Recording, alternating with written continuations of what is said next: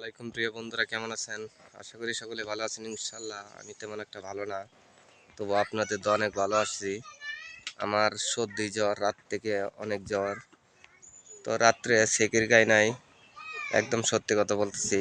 শুধু পানি খেয়ে আলহামদুলিল্লাহ রোজা রেখেছি। তো আমার ভিডিওটা যারা দেখবেন ইনশাল্লাহ এমদাদুল ভাইকে একটু ভালোবাসা দিবেন। আসলে আমি এটা গুড়ি বানাইতেছি, বাগান।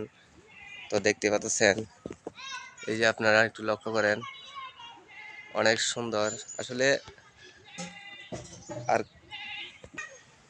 আলহামদুলিল্লাহ আর কয়েকটা দিন পরেই আপনারা আমার বাগানে ফলন দেখতে পারবেন।